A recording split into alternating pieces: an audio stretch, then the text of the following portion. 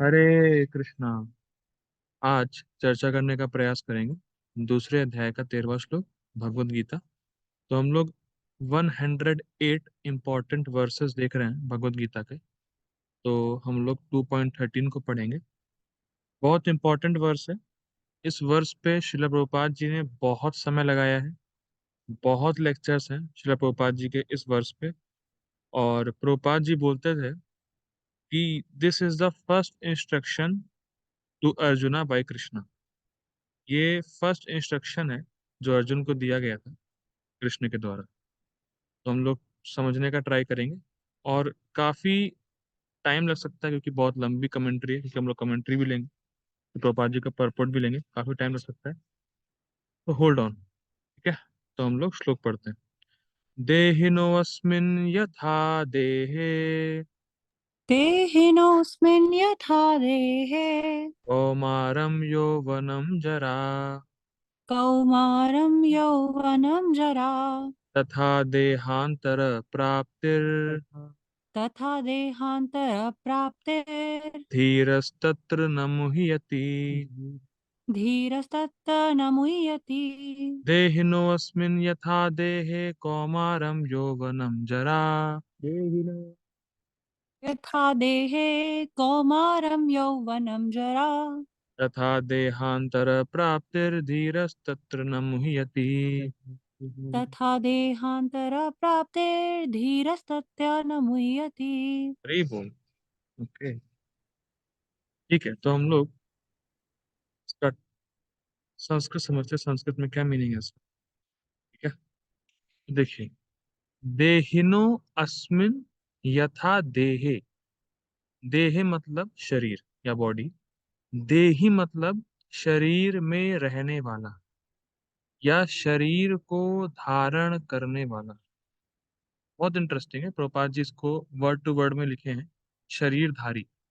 देही मतलब जिसने शरीर को धारण किया है, और अस्मिन मतलब ये मतलब ये देह। जैसे मैंने इस जैकेट को पहना है, ठीक है, तो मैंने इस जैकेट को धारण किया है। ठीक है। तो बेसिकली शरीर जो है वो आत्मा के ऊपर होता है, ना कि आत्मा शरीर के अंदर होती है। ये लाइन क्लियर हुई। देहिनो अस्मिन यथा देहे। देही जो है, जो आत्मा है, उसने इस देह को धारण किया है। मैंने इस जैकेट को अपने ऊपर धारण किया है। ठीक है। देहिनो अस्मिन यथा देहे कौमारम यौवनम जरा। कौमारम मतलब चाइल्डहुड, यौवनम मतलब यूथहुड, और जरा मतलब ओल्ड एज। तो देही जो है, जो जो आत्मा है, जो लिविंग एंटिटी है, उसने शरीर को धारण किया। और शरीर के अंदर 3 स्टेजेस होती हैं: बचपना, जवानी और बुढ़ापा। ठीक। और ये जो होता है, जैसे मैं क्वेश्चन पूछता हूँ। हरे कृष्ण सौरभ प्रभु, बोलिए। हरे कृष्ण प्रभु। म्यूट कर लेना। हाँ, ऐसे करेंगे। ठीक है। आपका 5 साल का शरीर कहाँ है अब?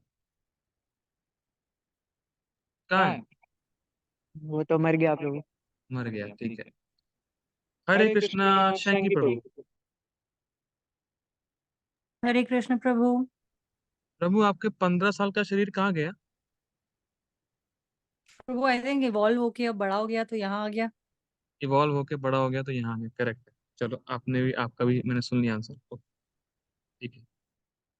हरे कृष्णा वृंदा माता जी। ये भी आप। हरे हरे कृष्णा माता जी। माता जी, आपका 20 साल का शरीर कहाँ गया? प्रभु जी, इवॉल्व हो रहा है क्योंकि ये जो शरीर है टेम्पररी है। तो आज है तो कल को नहीं रहेगा। यहाँ पे कुछ भी परमानेंट नहीं है, सिर्फ भगवान ही है, तो इट्स टेम्पररी। तो every day it's changing. Okay, Hari बोल। Thank you. हरे हरि बोल। ठीक है। अब मैं बताता हूँ कहाँ है। ठीक है। देखिए, सुनिए। देहिनोऽस्मिन् यथा देहे कौमारम यौवनम जरा। जैसे अभी मेरे 5 साल का शरीर मेरे पास नहीं है, ठीक है, कौन है? मुझे नहीं पता, कोई नया आया है शायद, तो कोई तो बोबो करके है, माता जी या प्रभु जी, पता नहीं, कोई तो है, निशान नहीं आता तुम्हें, कोई बात नहीं। आगे टॉपिक पे आते हैं। तो जैसे मेरे 5 साल का शरीर मेरे पास इस समय नहीं है, ठीक है, वो छूट गया, इवॉल्व नहीं हुआ शरीर, शरीर छूट गया। जैसे कोई मान लीजिए 60 इयर्स का है, तो उसके 20 इयर्स का शरीर छूट गया, 5 साल का शरीर छूट गया, 45 इयर्स का शरीर छूट गया, शरीर छूटा पर वो वैसे का वैसा है। मैं समझा पा रहा हूँ? मैं छोटा बच्चा था, ठीक है, मेरे पास छोटे बच्चे का शरीर था, अब नहीं है, पर इसका मतलब ये नहीं है कि मैं खत्म हो गया। ठीक है, उसी प्रकार भगवान कह रहे हैं, जैसे एक आत्मा अपने छोटे बचपन के शरीर को छोड़ता है, जवानी के शरीर को छोड़ता है, बुढ़ापे के शरीर को छोड़ता है एक ही लाइफ टाइम में, वैसे ही जब उसका ये शरीर परमानेंट छूटेगा तो वो दूसरे शरीर में जाएगा, जैसे एक ही लाइफ टाइम में उसने कई सारे शरीर चेंज किए। इसीलिए जो धीर है तथा देहांतर प्राप्ति, देहांतर मतलब शरीर का चेंज होना, दूसरे शरीर में जाना आत्मा का जब होता है, तो धीरज तत्र न मुह्यति, जो धीर होता है ना, जो बुद्धिमान होता है ना, वो शोक नहीं करता, वो मोह को प्राप्त नहीं होता। ठीक है, अब मैं इसका पढ़ता हूँ ट्रांसलेशन, फिर मैं बताऊंगा क्या चीज है। देखिए, प्रभु, I have a question, should I वो आस्क अभी या बाद में? बाद में नहीं, जो आपके क्वेश्चन है ना, हम्म। क्लास के एंड तक सब खत्म हो जाएंगे, मुझे पता है कौन सा क्वेश्चन है। अच्छा ठीक है, ओके। ये सबको स्टार्टिंग में वैसे क्वेश्चन आते हैं। जिस प्रकार, देखिए अनुवाद ट्रांसलेशन देखिए प्रभुपाद जी का, जिस प्रकार शरीरधारी आत्मा इस वर्तमान शरीर में बाल्यावस्था से तरुणावस्था में और फिर वृद्धावस्था में निरंतर अग्रसर होता रहता है, उसी प्रकार मृत्यु होने पर आत्मा दूसरे शरीर में चला जाता है। धीर व्यक्ति ऐसे परिवर्तन से मोह को प्राप्त नहीं होता। क्या कहा जा रहा है यहाँ पे, देखिए, मोह क्या होता है? मोह मीन्स इल्यूजन, और जब इल्यूजन होता है ना, तब उसी से शोक होता है। शोक मतलब लेमेंटेशन, प्रपात जिसको लिखते हैं लेमेंटेशन। तो पॉइंट क्या है कि अगर मैं अपने को शरीर मानता हूं, आई एम दिस बॉडी, ठीक है, तो अगर मैं अपने आप को शरीर मान रहा हूं, तो मुझे पता है कि एक ना एक दिन ये शरीर छूटना है, सबको पता है। तो जब मैं अपने आप को शरीर मानता हूं और मुझे पता है कि एक दिन ये शरीर छूटेगा, तो मुझे दुख होगा, या लोगों को दुख होगा। जैसे कि लोग बोलते भी तो हैं, ये खत्म हो गया, सुना आपने? ये नहीं बोलते कि मर गया, अरे वो व्यक्ति खत्म हो गया। खत्म होता ही नहीं है कोई, आप पॉइंट समझिए, खत्म कोई नहीं होता है।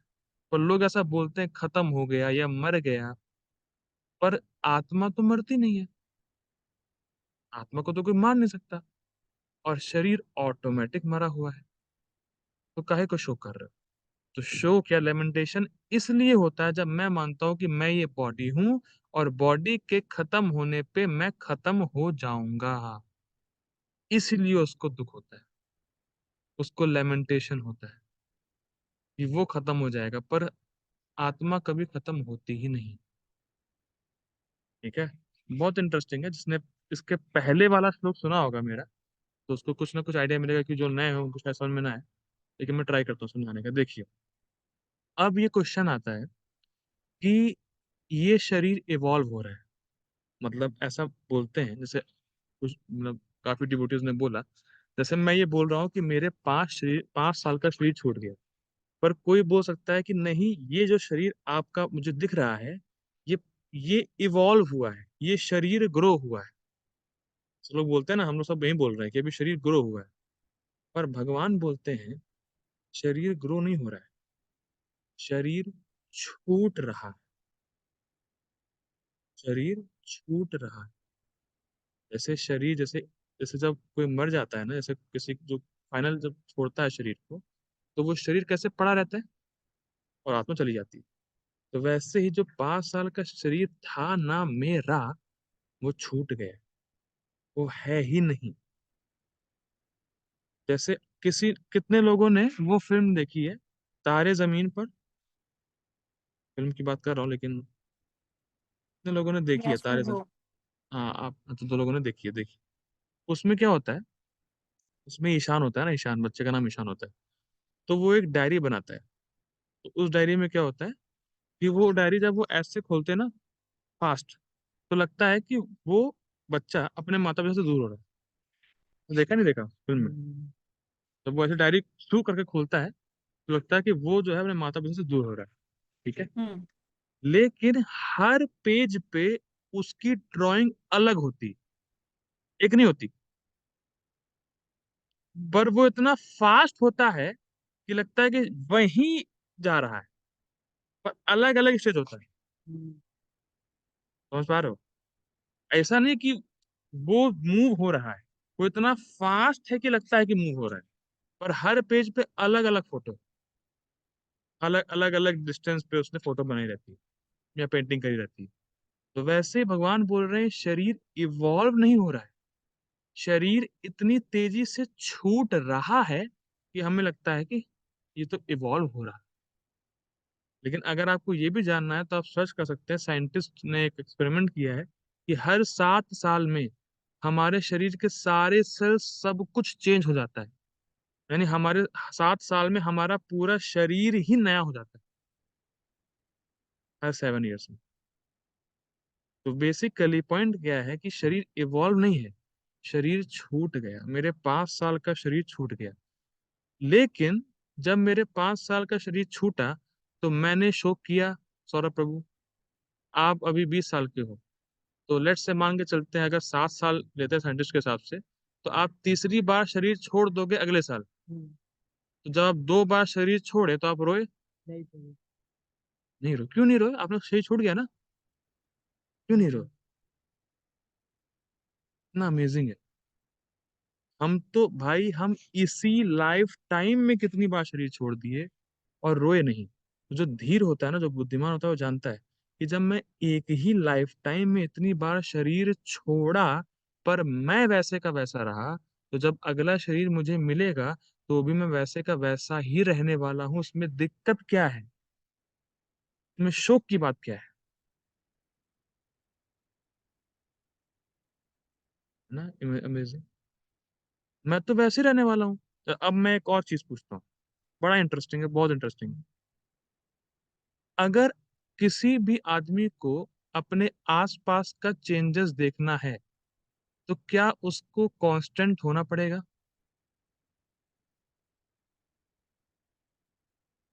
तो अगर मेरे आसपास मुझे चेंजेस देखना है, तो मुझे कांस्टेंट रहना पड़ेगा, क्या है कि नहीं? वैसे ही हम ऑब्जर्व कर रहे हैं, हम एक्सपीरियंस कर रहे हैं कि मैं 5 साल का था, 10 साल का था, 15 साल का था, लेकिन वो शरीर नहीं है। तो एक्सपीरियंस कौन कर रहा है कि वो 5 साल का था? आत्मा। और वो चेंजेस को एक्सपीरियंस करने के लिए आत्मा को सेम रहना पड़ेगा, तभी तो एक्सपीरियंस कर पाएगा चेंजेस को। Quite amazing.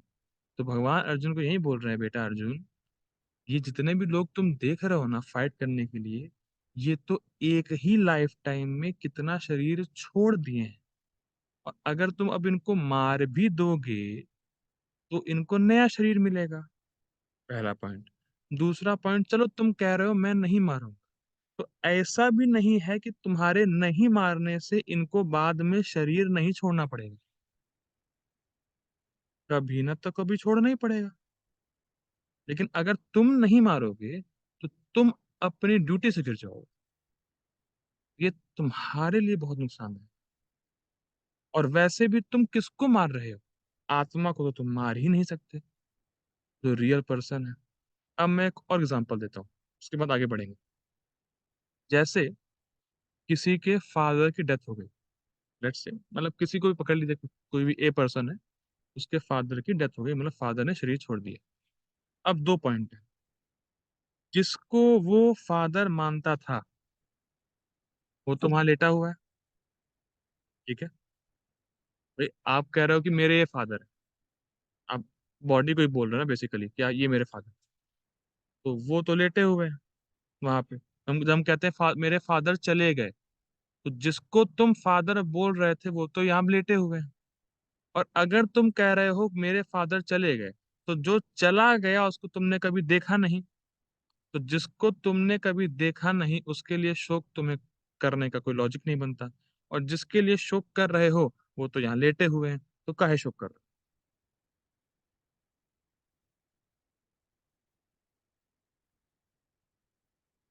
प्रभुपाद जी बोलते हैं अपने लेक्चर, ठीक है। अब हम लोग आगे बढ़ते हैं। अब ये गीता भूषण टीका है। ये गीता भूषण टीका क्या है? शिला प्रभुपाद जी की जब आप गीता खोलेंगे तो उसके फर्स्ट पेज में शिला प्रभुपाद जी लिखते हैं, this Bhagavad Gita is dedicated to Srila Baladeva Vidyabhushana. खोल लीजिएगा as it is Gita Bhagavad Gita Prabhupada ji की। तो ये बेसिकली जो बलदेव विद्याभूषण ने जो अपनी गीता कमेंट्री लिखी है वो गीता भूषण टीका है, और उसको हिज होलीनेस भानु महाराज ने ट्रांसलेट किया है। तो हम लोग हिंदी में देखेंगे तो बहुत बड़ी है, बहुत फिलोसफिकल है, समझने का ट्राई करेंगे। हो सकता है आज 9 बज जाए, तो होल्ड ऑन, क्योंकि मेरी क्लास है, मैं बहुत डीप में जाता हूँ। हरी बोल। और यहाँ कोई टाइम लिमिट है नहीं मंदिर की तरह तो मैं कितना भी एक्सटेंड कर सकता हूँ। हरी बोल। तो गीता भूषण टीका देखिए, ये जो पहला पैराग्राफ आप देख रहे हैं, ये मान लीजिए अर्जुन भगवान को आर्गुमेंट दे कि मुझे क्यों नहीं लड़ना है। तो ये जो लाइन मैं बोलूंगा पहला पैराग्राफ, ये अर्जुन भगवान श्री कृष्ण को बोल रहे हैं। बेसिकली जो ये कमेंट्री डिजाइन है ना, वो ऐसा डिजाइन है कि अर्जुन कुछ बोलेंगे, अर्जुन कुछ और, अर्जुन कुछ आर्ग्यूमेंट देंगे, कृष्ण उसको काटेंगे, फिर अर्जुन कुछ और आर्ग्यूमेंट देंगे, कृष्ण उसको काटेंगे। ऐसा बेसिकली कमेंट्री का डिजाइन है। तो मान लीजिए अर्जुन ये कृष्ण को बोले। मैं पढ़ूंगा हिंदी में, थोड़ी टफ हिंदी होगी पर मैं समझाने का ट्राई करूंगा। यद्यपि जीव की प्रकृति शाश्वत है और वह भीष्म और अन्यों के शरीर से भिन्न है, फिर भी उनके शरीर के लिए विलाप करना उचित है, क्योंकि वे शरीर भोगों का स्थान है। अर्जुन क्या बोल रहा है? अर्जुन ये बोल रहा है कि ठीक है कृष्ण, मैं मान गया, जो आत्मा होती है ना वो शाश्वत है, मतलब आत्मा एटर्नल है, आत्मा को कुछ नहीं होता। ठीक है, मैं मान गया। और भीष्म और जितने भी लोग मुझे दिख रहे हैं, जिनके शरीर दिख रहे हैं, तो आत्मा शरीर से अलग है, ये मैं समझ गया। लेकिन जब मैं इनको मारूंगा तो इनके शरीर तो नष्ट होंगे।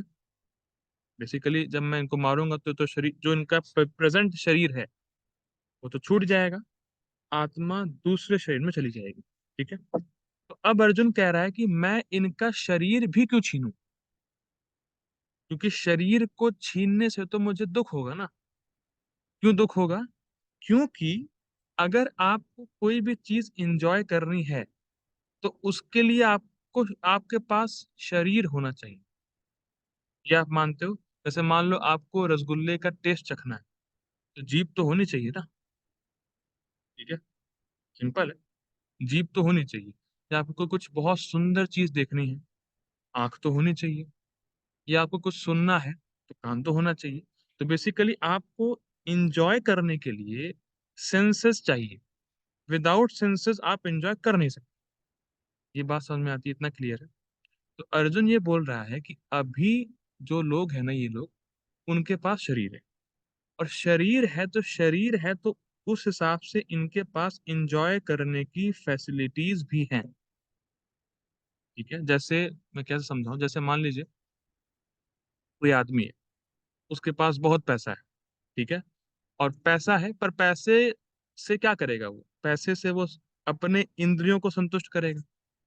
जो स्पिरिचुअलिटी में नहीं है, जो बाहर के लोग हैं, जो भक्त नहीं है, वो तो ये सोचते हैं ना कि भाई पैसा कमाऊंगा और शरीर को सुख दूंगा, सेंसेस को ग्रेटिफाई करूंगा।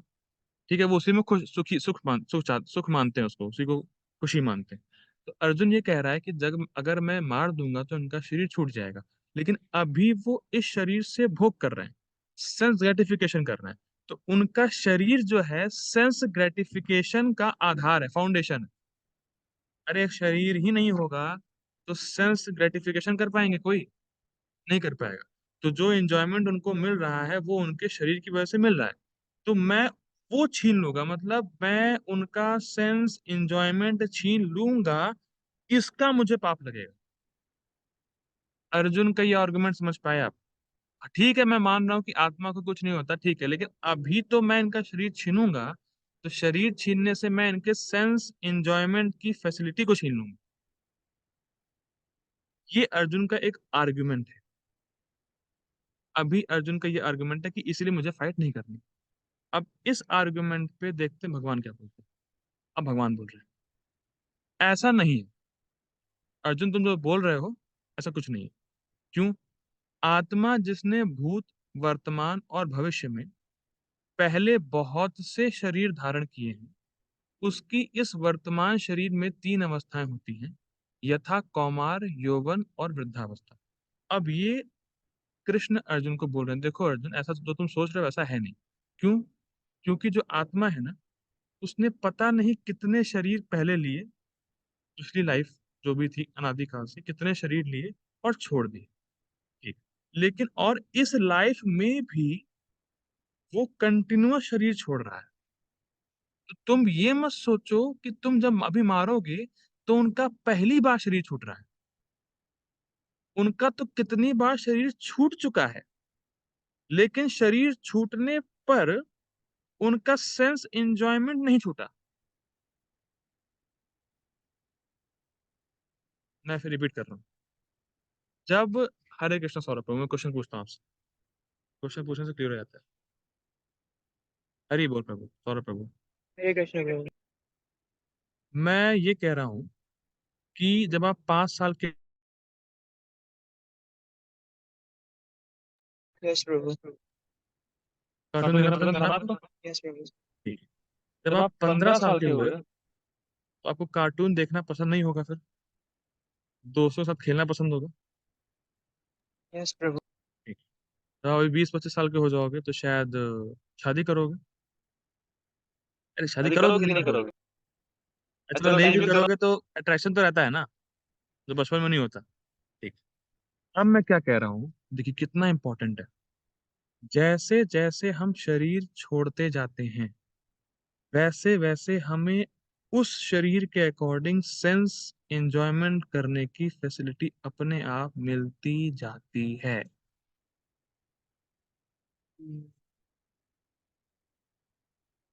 मैं 5 साल का था तो कार्टून, 15 साल का था, 5 साल का शरीर छूटा, कार्टून भी छूटा। अब कुछ और सेंस ग्रेटिफिकेशन, अलग शरीर, आगे कुछ और, फिर कुछ और, फिर कुछ और, फिर कुछ और। तो भाई साहब अर्जुन, अगर तुम भीष्म पिता, अगर तुम सामने योद्धाओं को मार भी दोगे, तो जो उनको अगला शरीर मिलेगा ना, उस शरीर के साथ साथ उनको सेंस एंजॉयमेंट करने की फैसिलिटी भी अपने आप मिल ही जाएगी। मार दो। क्या जबरदस्त है। आगे पढ़ता हूँ, फिर समझाऊंगा। जिस प्रकार वर्तमान जीवन में हम एक के बाद एक नए शरीरों को प्राप्त करके शोकाकुल नहीं होते, और यह सारे शरीर आत्मा से संबंधित होते हैं और उसके भोग के लिए उचित स्थान होते हैं, उसी प्रकार इन शरीर के विनाश और नए शरीर की प्राप्ति तो तुम्हारी प्रसन्नता का कारण होना चाहिए, ना कि शोक का। अब क्या बोल रहे हैं भगवान? भगवान ये बोल रहे हैं, जैसे एक ही लाइफ टाइम में हम नए नए शरीर को ले रहे हैं। 5 साल का शरीर छूटा, 15 साल का लिया नया, फिर 20, ऐसे करके नया नया शरीर ले रहे हैं। और इस लाइफ टाइम में जो शरीर छूट रहे हैं, उसके लिए हम शोक नहीं करते, जबकि लोग खुश होते हैं कि मेरा बच्चा बड़ा हो गया। उसका 5 साल का शरीर छूट गया, 15 साल का छूट गया, उसके लिए शोक नहीं करते। हाय रे हाय, वो शरीर कहाँ गया, वो शरीर कहाँ गया। एक कितनी इंटरेस्टिंग बात है। क्या आप मुझे अभी देख के बता सकते हो कि मैं 5 साल का कैसे लगता हूँ? क्या क्या उत्तर है प्रभु आपका? क्या आंसर है सौरभ प्रभु? प्रभु शायद नहीं सिमिलर। नहीं, सिमिलर कैसे? सिमिलर तो कोई भी नहीं होता। एग्जैक्ट बता सकते हो? नो प्रभु। अनुमान तो लगाने की बात अलग है। क्या मैं बता सकता हूँ कि मैं कैसा था 5 साल में, अगर मैं अपनी फोटो नहीं देखूं? 5 साल की? नहीं बता सकता, जबकि मेरे पास ही वो शरीर था। बताओ, अगर मैं अपनी फोटो नहीं देखूं 5 साल की या 10 साल की, तो मैं बिल्कुल जान ही नहीं पाऊंगा मैं था कैसे, मेरे पास कौन सा शरीर था 10 साल का। बिल्कुल नहीं लगा पाऊंगा अंदाजा, ना आप लोग लगा पाओगे। क्या मैं दुखी हुआ, अरे मेरा 10 साल का शरीर छूट गया? कोई फर्क नहीं पड़ा, कोई भी शोक होता ही नहीं है। और नया शरीर मिला तो नए भोग मिले, नए भोग मिले। तो देखिए क्या भगवान बताना चाह रहे हैं, भगवान ये बताना चाह रहे हैं, और यहाँ पे भागवतम में भी आता है, जिस भी जीव आत्मा को या सोल को या लिविंग एंटिटी को जो शरीर मिलता है, वो उसी में ही संतुष्ट रहता है। फिर रिपीट कर रहा हूँ, ये माया है। जिस भी आत्मा को, जीव आत्मा को, लिविंग एंटिटी को जो शरीर मिलता है, वो उसी में संतुष्ट रहता है। जैसे अगर सुअर है ना, सुअर सुअर मल खाता है, मतलब स्टूल खाता है। अब क्या है, सुअर ये नहीं देखता, अरे यार इंसान कितने मजे कर रहे हैं यार, हलवा खा रहे हैं, मैं कहाँ स्टूल खा रहा हूँ। उसको कभी ये ख्याल नहीं आता। क्या कोई भी सुअर आपके पास आया है? हरे कृष्णा, वृंदा माता जी, मैं आपसे क्वेश्चन पूछता हूँ, देखिए मेरी क्लास ऐसी रहती है, मैं क्वेश्चन बहुत पूछता हूँ। हरे कृष्णा प्रभु जी। माता जी, कभी कोई सुअर आपके पास आया है कि माता जी आप इतना अच्छा हलवा खा रहे हो, मुझे दो? नहीं प्रभु जी। नहीं आया। अच्छा, क्या माता जी अगर आप किसी सुअर को वॉलेंटरली हलवा देने का ट्राई करेंगे तो वो लेगा? नहीं प्रभु जी। नहीं लेगा। अमेजिंग। जितना सुख हमें हलवा खा के हो रहा है, उतना ही सुख सुअर को स्टूल खा के हो रहा है। देख रहे हैं माया? हमें लग रहा है कि सुअर को स्टूल खाना पड़ रहा है, क्या जिंदगी है उसकी, और वो उसी में संतुष्ट है, सुखी है। ये माया है। तो भगवान यही बता रहे हैं, जिसको आगे जो शरीर मिलता है ना भाई, वो उसी में ही सुख रहता है, संतुष्ट रहता है। और उस शरीर के हिसाब से जो उसको सेंस एंजॉयमेंट की फैसिलिटी मिलती है, उसको वही अच्छी लगती है। जैसे कई बार, जैसे परम पूज्य गोविंद महाराज के पास एक बुढ़िया आई। उस बुढ़िया ने कहा, महाराज मैं तंग आ गई हूँ, मैं जिंदगी से हार गई हूँ, मैं मरना चाहती हूँ। तो महाराज ने कहा ठीक है, बिजली के 2 तार पकड़ लो, मर जाओ। तो कहती, ऐसे थोड़ी ना मरूंगी मैं, ऐसे नहीं मरना, मुझे अलग तरीके से मरना है। अगर आपको मरना ही है तो 2 बिजली के तार पकड़ लो, मर जाओ, ऐसे थोड़ी ना मरूंगी मैं। अरे भाई, तो बेसिकली पॉइंट क्या है, आप कितने भी बूढ़े हो जाओ, कितना भी आपको बुढ़ापे का शरीर मिले, कष्ट हो, आप शरीर छोड़ना चाहते नहीं। आप बोल दोगे, हाँ मेरा शरीर अब तो बंजर हो चुका है, कब भगवान हमें उठा लें। तो आप बोलो ठीक है, भगवान उठाना चाहते हैं ना, लोग मैं चाकू लेके आ गया, बस भोग रहा हूँ आपको। अरे नहीं नहीं नहीं नहीं नहीं, अभी नहीं, अभी नहीं, अभी नहीं। अरे अभी तो आपने बोला मरना है। तो कोई भी शरीर छोड़ना नहीं चाहता है, क्योंकि वो उसी में ही संतुष्ट रहता है। तो भगवान यही बता रहे हैं कि अर्जुन, अगर तुम इन लोगों को मार भी दोगे ना, तो इनको अगला शरीर मिलेगा। और भगवान हम ये आर्गुमेंट दे रहे हैं कि भीष्म पितामह तो बूढ़े हो चुके हैं, तो उनके पास बुढ़ापे का शरीर है। तो अगर तुम इनको मार दोगे तो इनको नया शरीर मिलेगा, और नए शरीर में नया सेंस एंजॉयमेंट की फैसिलिटी मिलेगी। तो तुम्हें तो खुश होना चाहिए कि तुम बुढ़ापे के शरीर से भीष्म पितामह को जवानी का शरीर दोगे। तो तुम्हें दुखी क्यों हो रहे हो, तुम्हें तो खुश होना चाहिए। देखिए भगवान ये बात बोल रहे हैं, देखिए भीष्म आदि को, मतलब भीष्म पितामह और भी लोगों को, जरित देह, जरित मतलब बुढ़ापे वाला, जरित देह त्याग कर नवीन देह प्राप्त होकर, मतलब बुढ़ापे का शरीर छूटेगा, नया शरीर मिलेगा, होकर ययाति महाराज के समान हर्ष होगा। ययाति महाराज एक राजा थे, भागवतम में कथा आती है। तो ययाति महाराज बूढ़े हो गए थे, तो ययाति महाराज ने अपने बेटे से उसकी जवानी उधार पे ली थी। वो क्या चीज है, वो तो हम लोग भागवतम पढ़ेंगे तो आएगा। तो बेसिकली ययाति महाराज ने अपना बुढ़ापा अपने बेटे को दिया, और बेटे से जवानी अपने आप ले ली। तो जब जवानी ली, तो उनके अंदर नई एनर्जी थी सेंस ग्रेटिफिकेशन करने की, उनको नया भोग मिले तो वो खुश हुए। तो भगवान यही बता रहे हैं कि जैसे ययाति महाराज जवानी का शरीर प्राप्त करके खुश हुए, वैसे ही भीष्म पितामह और ये लोग भी जब नया शरीर लेंगे या नया कपड़ा लेंगे तो खुश होंगे। जैसे मेरा कपड़ा फट जाए और मुझे नया कपड़ा मिले तो खुश होंगे नहीं होंगे? अच्छा आप लोग बताइए, सौरभ बाबू बताइए, अगर आपको कल ही मैं नई स्नो जैकेट दिलाऊं, आप खुश होंगे नहीं होंगे? यस प्रभु। क्यों हो गए? वो तो नया जैकेट ही है, है। नया है। हाँ, नया है, बहुत देर तक चलेगा, नई वाली फीलिंग आएगी। तो वैसे भगवान कह रहे हैं कि उनको नया शरीर मिलेगा तो खुश होंगे। ठीक है, ये पॉइंट है। ओके, अब ऐसा करते हैं, हमारी मीटिंग का सिर्फ 6 मिनट बचा है। I request everyone to join again. ठीक है, तो I request everyone to join again. Hari बोल। हरे कृष्णा। तो अब बलदेव विद्याभूषण अपनी कमेंट्री में धीर वर्ड की व्याख्या कर रहा है, मतलब धीर वर्ड को डिस्क्राइब कर रहा है। तो आया था ना श्लोक में, धीर तत्र न मुह्यति।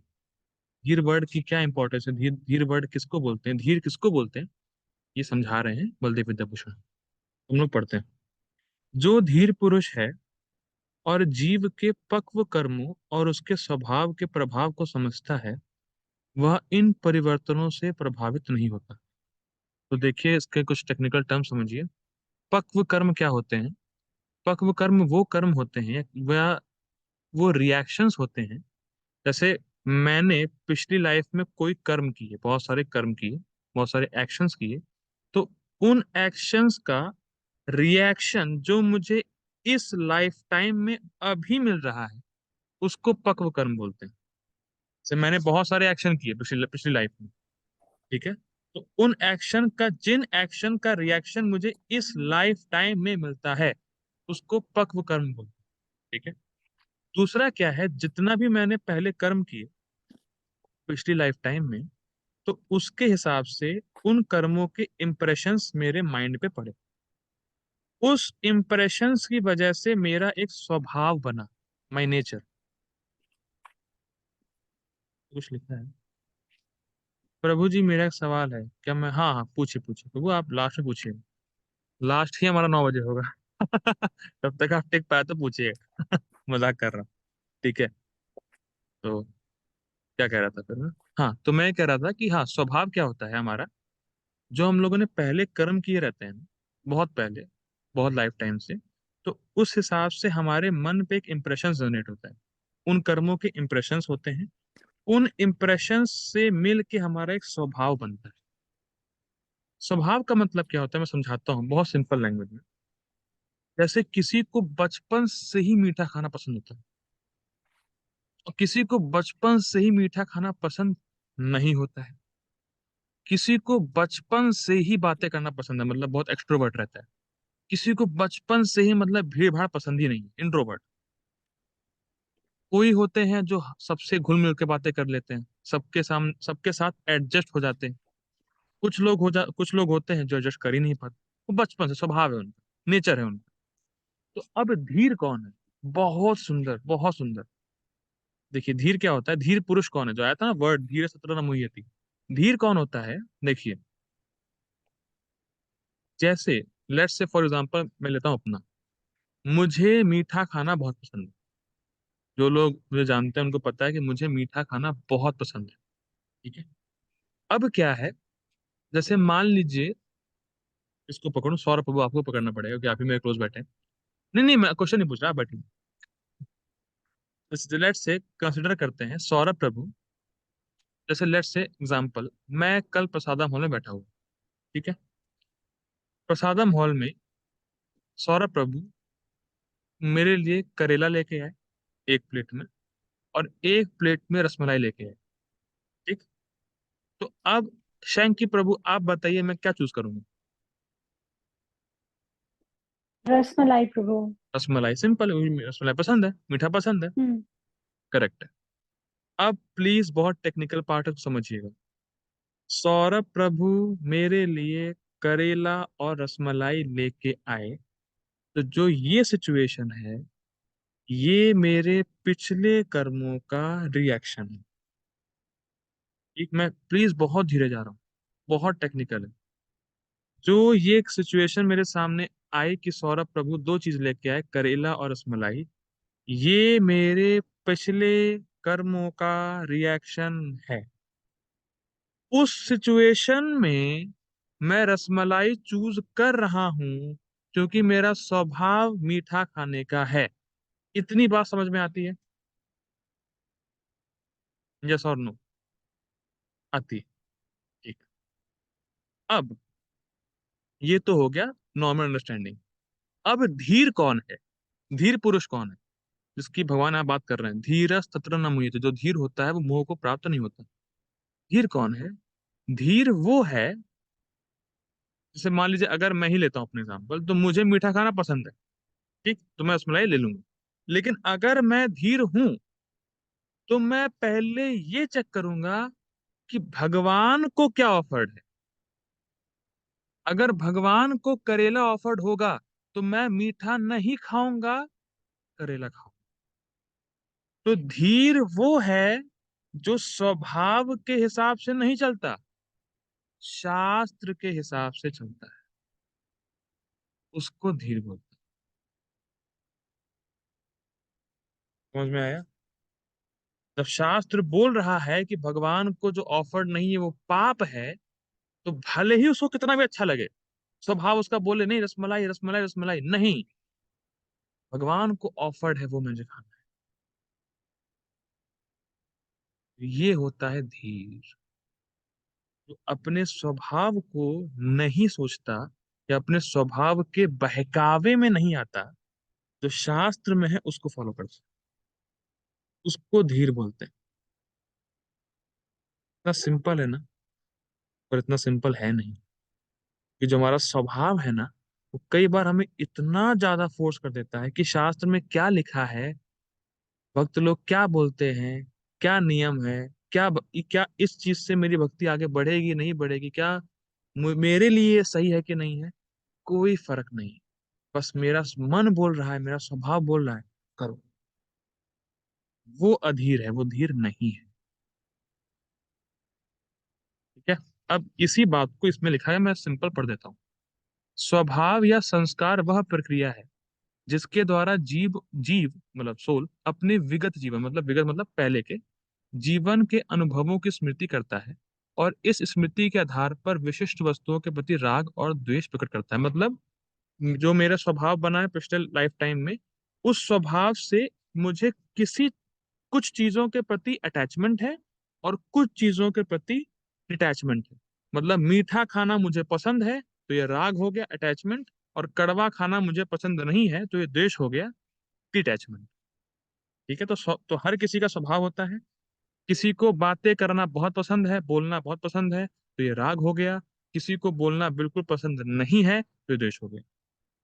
तो मेरे स्वभाव के हिसाब से मुझे किसी चीजों में राग है, द्वेष है, अटैचमेंट, डिटैचमेंट, अटैचमेंट, डिटैचमेंट, ये चलता है मेरे स्वभाव के हिसाब से जो मुझे पहले के लाइफ टाइम से मिला है। ठीक। यह कर्म से भिन्न है जो हर जीव के लिए एक विशेष परिस्थिति उत्पन्न करता है। मतलब आपके कर्म के रिएक्शन के रूप में आपके सामने एक सिचुएशन आएगी, और उस सिचुएशन में अगर आप डिवोटी नहीं हो, अगर आप शास्त्र को नहीं जानते हो, तो अपने स्वभाव के हिसाब से उस परिस्थिति में चॉइस लोगे। क्या? ठीक है, आगे पढ़ते हैं। विशेष परिस्थिति उत्पन्न करता है और उस जीव को एक विशेष शरीर और अपरिहार्य स्थिति को देकर। देखिए, एक क्वेश्चन पूछता हूँ, किससे पूछूं मैं? कुछ लोग नए हैं ना, तो मुझे वो होती है घबराहट की पता नहीं ये लोग पहली बार आए और कहें कि अरे इतने क्वेश्चन। तो और प्रभु आपसे पूछता हूँ, प्रभु आप ये बताइए कि क्या आप मेरी आंखें ले सकते हो? नो प्रभु। क्या मैं आपकी आंखें ले सकता हूँ? नो। क्या मैं आपकी नाक ले सकता हूँ? नो। क्या आप मेरी नाक ले सकते हो? नो प्रभु। क्या मैं अपनी नाक चेंज कर सकता हूँ? नो प्रभु। क्या आप अपनी नाक चेंज कर सकते हो? नो प्रभु। नहीं। तो ये सब अपरिहार्य है, मतलब इसको अनअवॉइडेबल, आप नहीं चेंज कर सकते। जिस प्रकार का शरीर आपको मिला है वो मिला ही है, यू कैन नॉट चेंज। कि मेरी नाक ऐसी होनी चाहिए, मेरा ऐसा होना चाहिए, वैसा होना चाहिए। हाँ, थोड़ा बहुत मेकअप करके ढक सकते हो उसको, लेकिन पूरा पूरा चेंज नहीं कर सकते, किसी और की तरह बन नहीं सकते। तो ये अनअवॉइडेबल है जो आपके कर्मों ने आपको दे रखा है, कर्मों के रिएक्शन आपको मिल रखा है। तो वैसे ही हमें, जैसे मुझे कुछ एक विशेष या स्पेशल टाइप की बुद्धि मिल रखी है, सौरभ प्रभु को एक अलग बुद्धि, मतलब जो आईक्यू लेवल है वो अलग होगा सौरभ प्रभु का। सबका अलग अलग रहता है।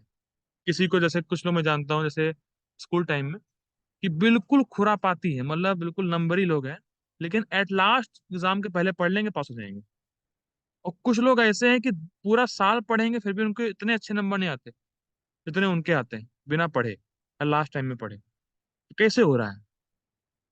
तो उनकी कैचिंग पावर ज्यादा है, नहीं है, उसमें कुछ चेंज नहीं कर सकते आप। वो अपरिहार्य है, मतलब अनअवॉइडेबल, आपको कर्मों से आपको मिला ही है। ठीक है, तो सिचुएशन आना कर्म के हिसाब से, ठीक। उन स्थिति को प्राप्त करके, अब कंडीशन आपको सामने आ गई है। जीव प्रायः अपने संस्कार के अनुसार कार्य करने का चुनाव करता है, मतलब प्रायः, मतलब मोस्ट ऑफ द टाइम वो जो जो उसका स्वभाव होगा वैसे ही वो चॉइस चूज करेगा, ना कि शास्त्र ज्ञान के अनुसार। शास्त्र में क्या लिखा है उसको कोई फर्क नहीं पड़ता। जो व्यक्ति, देखिए ये इसकी डेफिनेशन है, धीर धीर की डेफिनेशन है। जो व्यक्ति अपने संस्कारों या अपने कर्मों से प्रभावित नहीं होता वह धीर पुरुष कहलाता है। कोई भी सिचुएशन आ रही है, मुझे पता है मेरे कर्मों की वजह से आ रही है, किसी को दोष नहीं देता कि तुमने ऐसा किया, फर्स्ट पॉइंट। और दूसरा, जो भी उसका स्वभाव है, स्वभाव के ऊपर नहीं जाएगा, शास्त्र क्या बोलता है इस मामले में उसके हिसाब से वो काम करेगा। ठीक है, वह इन संस्कारों के प्रभावों को भक्तों की कृपा से अतिक्रमण कर लेता है। जैसे होता है ना, जैसे कभी कभी होता है कि बहुत, जैसे कोई व्यक्ति बहुत लस्टी है, बहुत लस्टी है, मतलब इतना लस्टी है कि मतलब वो गलत काम करे बिना रह नहीं सकता।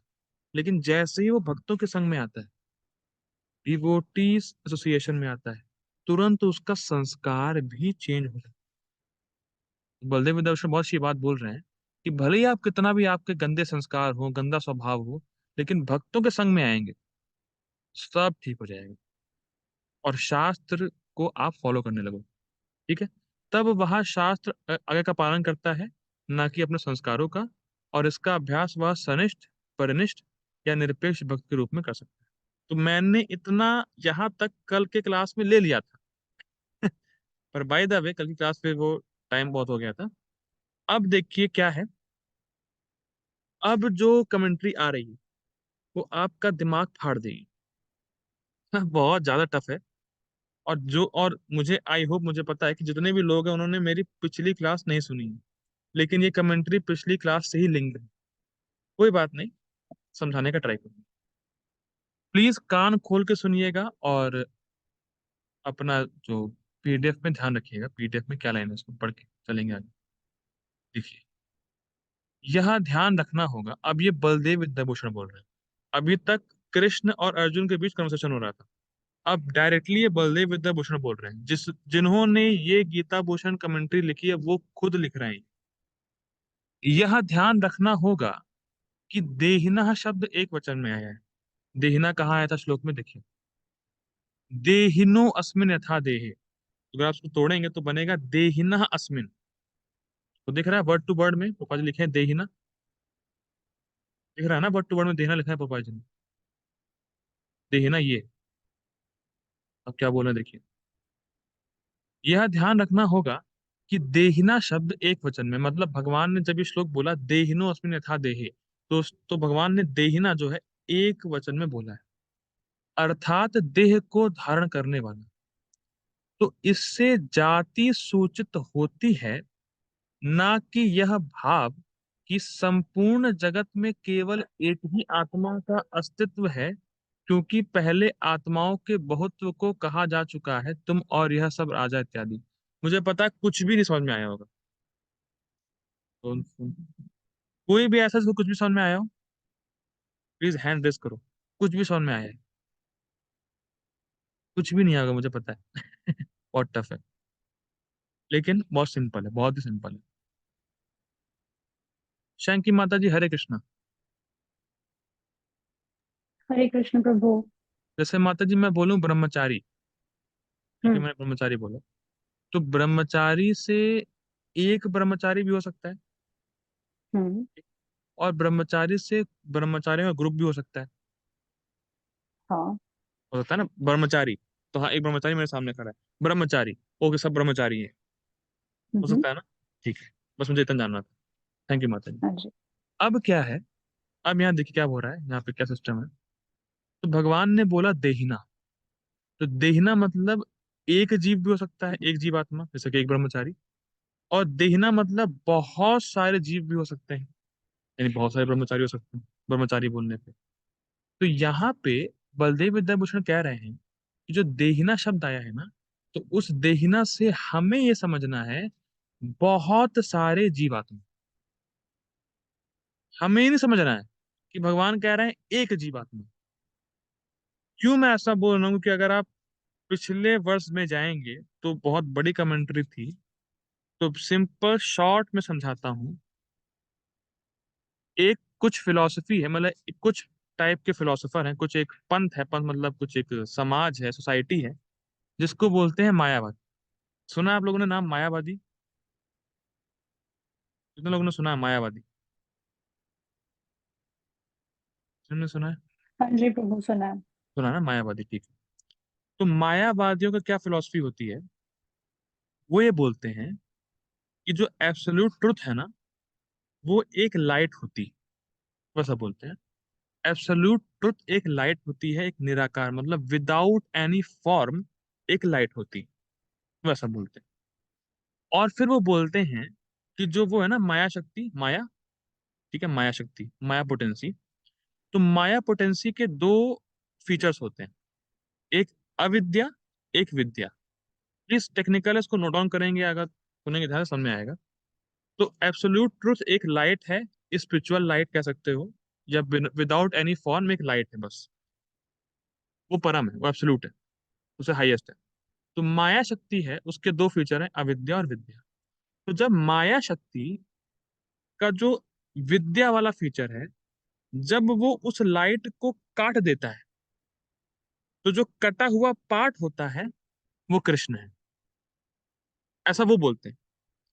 और जब माया शक्ति का अविद्या वाला पार्ट उस लाइट को काट देता है, तो वो बहुत सारे जीव निकलते हैं उसमें से, ठीक।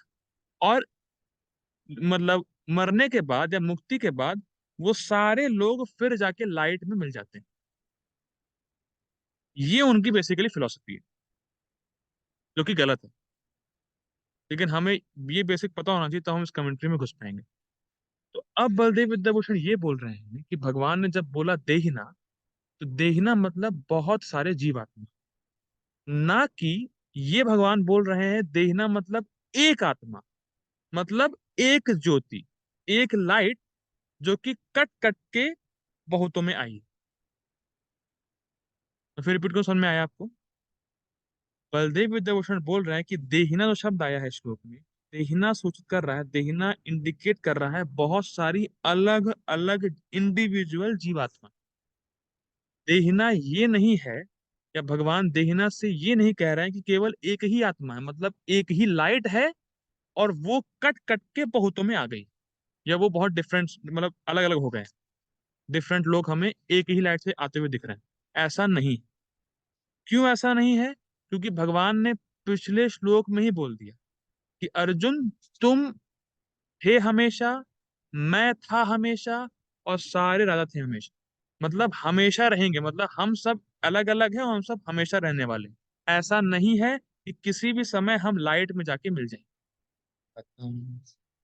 तो बेसिकली ये बलदेव विद्याभूषण कह रहे हैं कि यहाँ पे देहना मतलब अलग अलग जीवात्मा है, जो कि अलग अलग शरीर में है।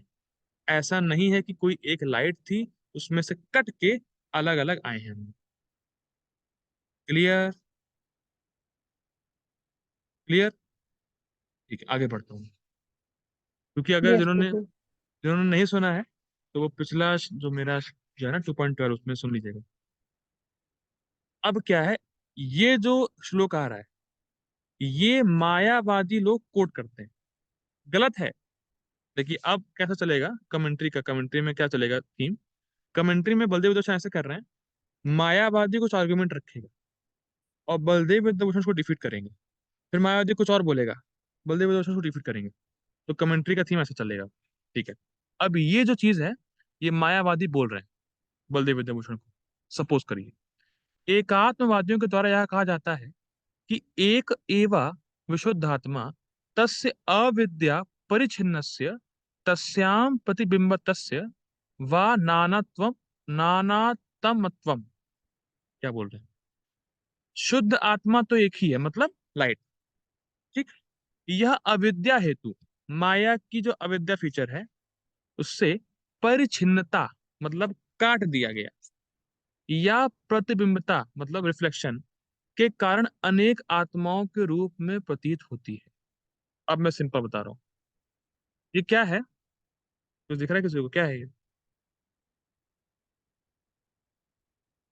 क्या है भाई,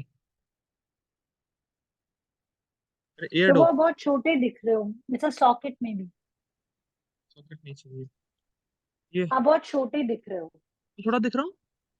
क्योंकि स्क्रीन अपनी शेयर की हुई है ना, so ओह you're अच्छा only अच्छा, a thumbnail on the top, a very small thumbnail. Okay okay ये दिख रहा है, अब दिख रहा हम्म। होगा, है ना, एयर डोप है। तो अब देखिए राइट। इस एयर डोप की स्टार्टिंग यहाँ से शुरू हुई, एंड यहाँ हो गया, है ना, हम्म। या स्टार्टिंग यहाँ हुई एंड यहाँ हो गया, बेसिकली लिमिटेड है, इसका शेप लिमिटेड है। ठीक है, अब वो लोग क्या बोलते हैं, जो मायावादी है, वो बोलते हैं कि लाइट तो अनलिमिटेड है फैली हुई, और अविद्या क्या करती है उस लाइट को लिमिट में ले आती है, एक लिमिटेशन दे देती है, मतलब काट देती है उसको। परिच्छिन्नता का मतलब होता है उसको लिमिट कर दिया, जैसे मेरा लैपटॉप की एक लिमिटेशन है कि उसका साइज इतने से नहीं, ठीक है। तो वो मायावादी बोलते हैं कि माया का जो अविद्या फीचर है वो उस लाइट को काट देता है, और जो पार्ट कट जाता है वही जीवों के रूप में है। मतलब मैं लाइट का हिस्सा हूँ, आप लाइट का हिस्से हो, सौर प्रभु लाइट का हिस्सा है, सब लाइट का हिस्सा है, ऐसा वो बोलते हैं। ठीक है, लेकिन हम पढ़ते भी हैं गीता में, आगे भगवान बताएंगे कि आत्मा को कभी काटा नहीं जा सकता। तो जो मायावादी भैया आप जो बोल रहे हो काट दिया, तो काटा कैसे, सब आर्गुमेंट अभी आएगा, डिफीट करेंगे हम लोग। तो बेसिकली मायावादी ये बोलते हैं। ठीक है, आगे पढ़ते हैं। अब ये भी मायावादी ही बोल रहे हैं, देखिए श्रुतियां कहती हैं आकाशम एकम ही यथा घटादिषु पृथक भवेत तथात्मेको ही अनेकस्थो जलाधारेषु इवांशुमा। जिस प्रकार आकाश विभिन्न घटों में बंटकर पृथ- हरे कृष्णा, जैसे कि हम लोग बता रहे थे कि ये जो वर्स है जो आपको दिख रहा है स्क्रीन पे, ये मायावादियों का आर्गुमेंट है। श्रुतियां कहती हैं आकाशम एकम ही यथा घटादिषु पृथक भवेत तथात्मेको ही अनेकस्थो जलाधारेषु इवांशुमा। जिस प्रकार आकाश विभिन्न घटों में बंटकर पृथक घट बन जाता है, उसी प्रकार एक आत्मा विभिन्न रूपों में स्थित हो जाता है, जैसे कि सूर्य की किरणें जल की धारा में प्रतिबिंबित होती है। याज्ञवल्क्य संहिता। अब बहुत इंटरेस्टिंग है, होटल नहीं है हमारे पास, बड़ा होटल है, होटल नहीं है, जैसे आकाश का मतलब क्या होता है, आकाश का मतलब होता है स्पेस। से आकाश का मतलब वो नहीं है जो हम लोग देखते हैं पर स्काई बोलते हैं, वो आकाश नहीं, तो आकाश मतलब होता है स्पेस जो हमें आसपास है, स्पेस बोलते हैं। तो अब क्वेश्चन ये है कि जैसे एक मटका है, ठीक है, सुनो ध्यान से सुनो, फिलोसफिकल क्वेश्चन। एक मटका है, ठीक है, खाली मटका, तो खाली मटके के अंदर भी आकाश है, स्पेस, और बाहर भी स्पेस, ठीक है। अब अगर मैं ये बोलूं कि जो मटके के अंदर का आकाश है वो कटा हुआ आकाश है, तो क्या ये बात लॉजिकल है? नहीं। नहीं, ठीक है, वो आकाश वही है जो बाहर। हम्म। लेकिन ये लोग बोलते हैं कि अगर एक मटका ले लो खाली, तो जो उसके अंदर आकाश है वो कटा हुआ आकाश है, पर ऐसा हो ही नहीं सकता। उनका आर्गुमेंट ये है कि जैसे हम आकाश को काट देते हैं अलग अलग मटके में, वैसे ही वही एक आत्मा जो ऊपर है वो अलग अलग कट के जीवों के रूप में आई। ठीक, अब बोलो दूसरा एग्जाम्पल देते हैं जब सूर्य है ना, सन सन ऊपर है, तो आप बहुत सारे पानी के मटके रखो तो सन का रिफ्लेक्शन आपको दिखाई देगा। सन एक ही है, पर हर मटके में अलग अलग सन दिखाई देगा। तो वही वो लोग बोलते हैं कि आत्मा एक ही है, पर कट कट के अलग अलग अलग दिख रही है। जो रिफ्लेक्शन दिखता है ना, जैसे एक सन है, सन ऊपर है, और आप 10 मटके रख दो, उसमें पानी भरा हुआ है, तो हर मटके में सन का रिफ्लेक्शन समय दिखाई देगा, पर सन एक ही है। तो वही वो बोलते हैं कि वैसे जो परम सत्य है, लाइट, वो एक ही है, पर कट कट के अलग अलग अलग बन गए सब। ऐसा उनका आर्गुमेंट। ठीक है, आगे बढ़ते हैं। ये उन्हीं का आर्गुमेंट चल रहा है मायावादियों का। एकात्मवादियों का ऐसा मत है कि कृष्ण इस श्लोक में एक वचन बोल रहे हैं, देहिना, एक वचन में, ताकि आत्मा के बहुत्व के खंडन के द्वारा आत्मा के एक को स्थापित किया जा सके, क्योंकि ज्ञान के द्वारा आत्मा के मिथ्या बहुत्व का विनाश हो जाता है। बहुत इंटरेस्टिंग। मायावादी ये बोल रहे हैं कि जो कृष्ण है ना, तो कृष्ण जब बोलते हैं देहिनो अस्मिन, देहिना मतलब एक वचन में, तो कृष्ण खुद ही कह रहे हैं कि आत्मा बहुत सारी नहीं है, आत्मा तो एक ही है।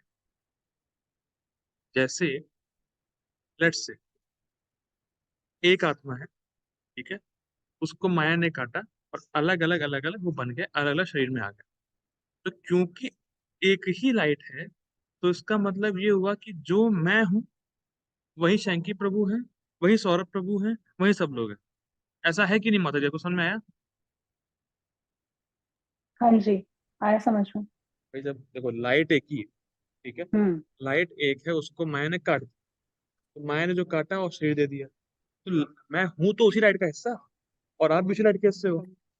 तो और हाँ, सब ये गलत है। सेम हिस्से हैं, सब बस सेम ही हो। फॉर्म्स अलग हैं, बट हाँ सेम वैसे हाँ। क्वालिटेटिवली सेम है, क्वांटिटेटिवली थोड़े वो हैं। ना ना ना, वो कहते हैं कि हम ही लाइट। देखिए, अच्छा। बेसिकली मैं लाइट से आया हूँ ना, हम्म। अगर मान के चला जाए उनके हिसाब से, मैं लाइट से आया, बस फॉर द टाइम बीइंग माया ने मुझे ये शरीर दे दिया। तो शरीर में हम लोग लग रहा है कि हाँ अलग अलग सब लोग हैं, पर है हम सब एक ही वही लाइट। बात समझो, हम सब ओके। लाइट के ही हिस्से हैं, मतलब हम सब लाइट ही हैं। और जब ये बॉडी छूटेगी, तो मैं लाइट में जाके मिल जाऊंगा। ठीक है, क्योंकि मैं वहीं से आया हूँ। करेक्ट। तो वो ये लोग तो यहाँ वो मायावादी ये बोल रहा है कि कृष्ण ये बोलना चाहते हैं कि अर्जुन तुम ज्ञान ले लो, और ज्ञान लेने के बाद तुम ये देखोगे कि आत्मा बहुत सारी नहीं है, आत्मा तो एक ही है, वो लाइट। बस फॉर द टाइम बीइंग, ये जो आपको शरीर दिख रहा है जो माया ने दिया, ये तो मिथ्या है ही नहीं, फॉल्स है,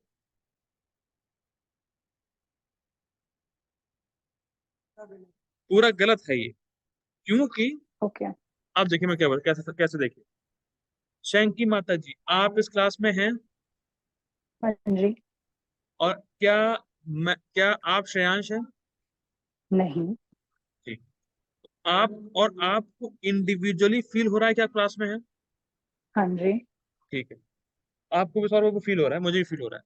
तो हम सब इंडिविजुअल हैं, हम सब एक नहीं है। हम्म। ऐसे मैं नहीं कह सकता कि जो मुझे फील हो रहा है मैं शैंकी हम्म। माता जी को फील हो, कि माता जी हम्म। अलग है, मैं अलग हूँ, एज अ सोल। हम्म। लेकिन ये लोग क्या बोलते हैं, सब एक ही हैं, जो मैं हूँ वही आप है, वही सब सौरभ एक ही, सब सब एक ही है। ओके। वो ये बोलते हैं क्योंकि आप भी लाइट हो, मैं भी लाइट हूँ, ये भी लाइट है, पर अभी जो बॉडी दिख रही है केवल फॉल्स है। जैसे ही ये बॉडी हटेगी हम सब लाइट में जाके मिल जाएंगे। जैसे अभी मटके के अंदर आकाश है कि नहीं है, फॉर एग्जाम्पल मटके हम्म। के अंदर आकाश है, मटका फटा, तो वही जो मटके के अंदर आकाश था वो आकाश में मिल गया। हाँ, ओके। पर ऐसा है नहीं। लेकिन मायावादी लोग ऐसा बोल रहे हैं कि कृष्ण ऐसा बताना चाह रहे हैं, पर ऐसा है नहीं। अब जो है, अब बलदेव विद्याभूषण इन सब फर्जी चीजों को, बेकार चीजों को डिफीट करने वाले हैं। देखिए, परंतु यह एक मूर्खतापूर्ण दावा है, ये फॉल्स आर्गुमेंट है, फर्जी आर्गुमेंट है। क्यों? क्योंकि निम्नतर जड़ अविद्या के द्वारा चेतना का खंडन संभव नहीं। अब देखिए, अब अगर आप ये बोलते हो कि जो लाइट है वो स्पिरिचुअल है, ठीक, और जो माया शक्ति है वो जड़ है, मतलब मटेरियल है, तो एक मटेरियल चीज स्पिरिचुअल चीज को कैसे काट सकती है? समझ रहे हो? जब मैं कह रहा हूँ कि वो जो एब्सोल्यूट ट्रुथ है वो स्पिरिचुअल एक लाइट है, तो मटेरियल चीज स्पिरिचुअल चीज को कैसे काट सकती है? पॉसिबल ही नहीं। तो आपका ये आर्गुमेंट खत्म हो गया। अब देखिए, अब वो ये बोलते हैं साथ ही एक आत्मावादी भी यह स्वीकार नहीं करते कि एक ब्रह्म प्रतिबिंब या और किसी कार्य का विशेष विषय हो सकता है। अब देखिए, बहुत इंटरेस्टिंग है। वो लोग ये बोलते हैं, मायावादी लोग बोलते हैं ब्रह्म सत्य जगत मिथ्या। जो ब्रह्म है, जो एब्सोल्यूट ट्रुथ है, बस वो सत्य है और जगत मिथ्या है, जगत फॉल्स। और वो ये भी बोलते हैं कि सब कुछ ब्रह्म है, सर्वम खलु इदम ब्रह्म, सब कुछ ब्रह्म है। तो क्वेश्चन ये हो सकता है, क्वेश्चन ये होता है कि एक तरफ तो आप कह रहे हो सब कुछ ब्रह्म है, सब कुछ स्पिरिचुअल है, और एक तरफ आप कह रहे हो जगत मिथ्या है। अगर जगत, अगर सब कुछ स्पिरिचुअल है तो जगत भी तो स्पिरिचुअल होगा ना, मिथ्या क्यों होगा? तो आपका ये फॉल्स। ठीक है, अब आगे देखिए। चेतना शुद्ध विषय है और कभी भी वस्तु नहीं बन सकती, और यह किसी अन्य वस्तु के द्वारा प्रकाशित नहीं हो सकती, केवल ब्रह्म ही सत्ता है। इस प्रकार का यह अद्वैतवादियों का सत्ता। अब वो क्या बोल रहे हैं? वो बोल रहे हैं कि जो चेतना है ना, चेतना मतलब जो स्पिरिचुअल ब्रह्म ज्योति, बेसिकली जो लाइट है, वही बस है, वही वही वही एक चीज ट्रू है, बाकी कोई भी चीज ट्रू नहीं। समझ रहे हो? केवल वही एक लाइट ट्रू है, बाकी कोई भी चीज ट्रू नहीं है। और वो ये बोलते हैं कि जो आपको ये शरीर दिख रहा है ना, ये है ही नहीं, आप केवल मान रहे हो कि ये शरीर। आपको, मुझे पता है समझने में बहुत दिक्कत हो रही होगी, क्योंकि ये है ही फिलोसफी ऐसी, समझ में नहीं आती। कभी तो कुछ और बोलते हैं, कभी कुछ और बोलते हैं। वही बोला ना, यह किसी अन्य वस्तु के द्वारा प्रकाशित नहीं हो सकती। मतलब ऐसा नहीं है कि ये चीज जो आपको शरीर दिख रहा है फैक्ट है, ये फैक्ट नहीं है। ये केवल आप, हाँ, आपका सोचना है कि ये शरीर, वो शरीर है नहीं रियलिटी में, वो ऐसा बोलते हैं, जो कि ऐसा है नहीं। साथ साथ ही एक आत्मा में किसी प्रकार का वास्तविक परिवर्तन होने से आत्मा में विकार का दोष प्रस्तुत हो जाएगा, जैसा किसी पत्थर को छेनी से तोड़ना, जो आत्मा के अविकारत्व को खंडित कर देगा। अब देखिए, बहुत इंटरेस्टिंग आर्गुमेंट दे रहे हैं बलदेव विद्याभूषण। हरे कृष्ण शंकर की माता जी, बताइएगा, तो क्वेश्चन पूछता हूँ। जी पूछिए प्रभु। माता जी, अगर आप कोई पत्थर ले बड़ा सा और उसको हथौड़ी से तोड़ेंगे, तो पत्थर हम्म, में चेंजेस आएंगे नहीं आएंगे? आएंगे। ठीक है, सही बोल, बस नहीं पूछना था। तो हम्म, वही वही बलदेव विद्याभूषण कह रहे हैं कि आप कह रहे हो कि आत्मा को माया ने काट दी। जब आत्मा ने माया को, आत्मा को माया ने काटा, मतलब आत्मा जो एक आत्मा है उसको माया ने काटा, तो जब माया आत्मा को काटेगी तो आत्मा में चेंज आएगा नहीं आएगा? जब पत्थर को तोड़ा, पत्थर में चेंज आया नहीं है? तो माया ने आत्मा को काटा तो आत्मा में चेंज आया कि नहीं आया? लेकिन आत्मा में कोई चेंज आता ही नहीं है, तो आप ये कैसे बोल सकते हो कि आत्मा में चेंज आया? तो ये कट गई उनकी फिलोसफी। अब देखिए, साथ ही, ये बहुत सुंदर आर्गुमेंट है, साथ ही उस महान और निराकार ब्रह्म के लिए प्रतिबिंबित जीव रूप में होना संभव नहीं है, अन्यथा आकाश और दिशाओं का भी प्रतिबिंब दृश्यमान होता। क्या सुंदर है। अब मैं आपसे क्वेश्चन पूछता हूँ, और बताइए। तो यहीं बैठे हुए तो आपकी आवाज नहीं आएगी, ये छोड़िए। जैसे कि अभी उन्होंने आर्गुमेंट दिया था मायावादियों ने कि एक सन है और मटके में पानी भरो तो सन का रिफ्लेक्शन आता है। Done. ठीक है। अब वो ये बोल रहे हैं, अब बलदेव विद्याभूषण ये कह रहे हैं, जैसे अब आप एक काम करो, क्या आकाश जो स्पेस है जो आसपास हमारे है, उसका आपको रिफ्लेक्शन दे सकता है?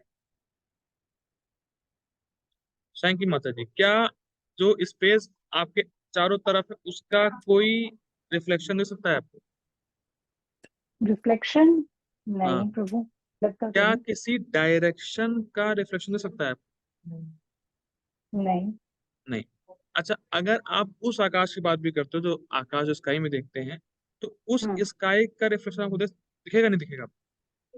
पानी में दिखता है क्या अगर करें? वाटर बॉडी के पास। पानी में दिखता है अगर वाटर बॉडी के पास हो तो ऊपर स्काई कॉपी।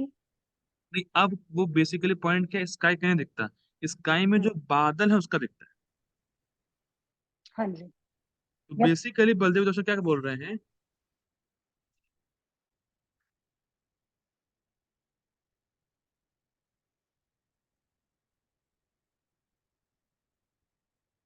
तो आपकी आवाज नहीं आ रही।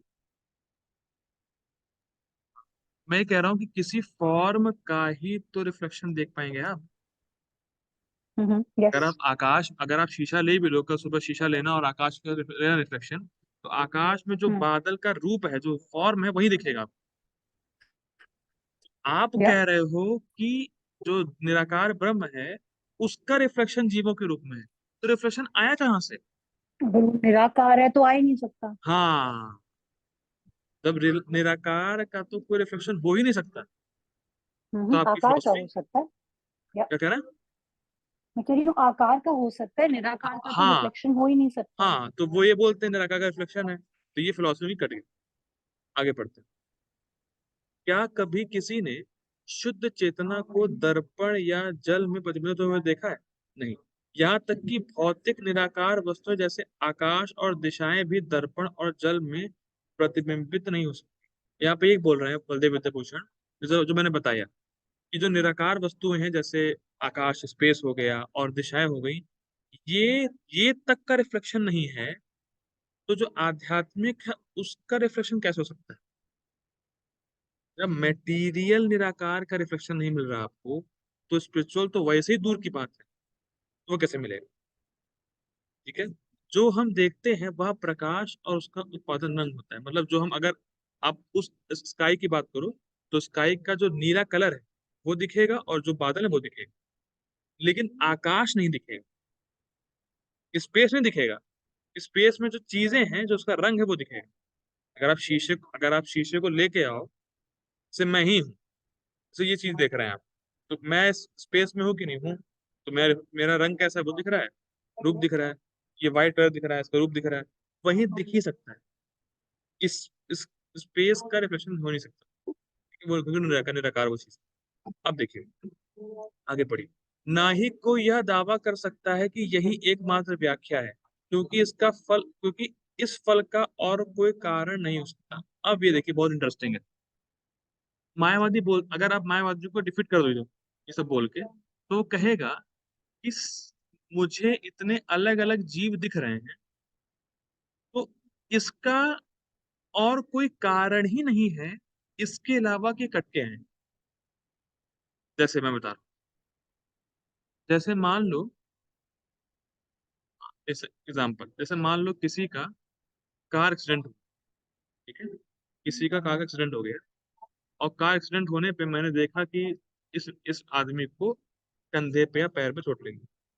तो मुझे तो पता नहीं एक्सीडेंट कैसे हुआ, लेकिन मैं अनुमान लगाता हूँ कि बस ये जो है ना, मतलब कार इसके पैर पे आके लड़ी होगी, बस यही एक रीजन हो ही सकता है एक्सीडेंट ऐसे हुआ है। इसके अलावा कोई रीजन हो ही नहीं सकता, कोई और तरीका हो ही नहीं सकता। तो मैं तो अपने मन से मान लिया ना कि इसके अलावा कोई और तरीका नहीं एक्सीडेंट होने का, हो सकता है कैसे भी हुआ हो। आप समझ पा रहे हो? मैं अपने मन से ही मान लेता हूँ कि इस घटना का जो जो होने का तरीका है वो ऐसे ही होगा, इसके अलावा कुछ और हो ही नहीं सकता। पर अपने आपको मन से पता मान। थोड़ा ना है, ये तो हाँ आप पता, इन्फर कर हाँ रहे हो। मुझे नहीं पता, लेकिन मैं अनुमान कर रहा हूँ कि नहीं ऐसा ही होगा, इसके अलावा हो नहीं सकता कुछ और। तो हम्म। मायावादी बोलते हैं कि जो जीव अलग अलग दिख रहे हैं मुझे, ये लाइट से कट के ही आए होंगे, इसके अलावा कोई और तरीका हो ही नहीं सकता।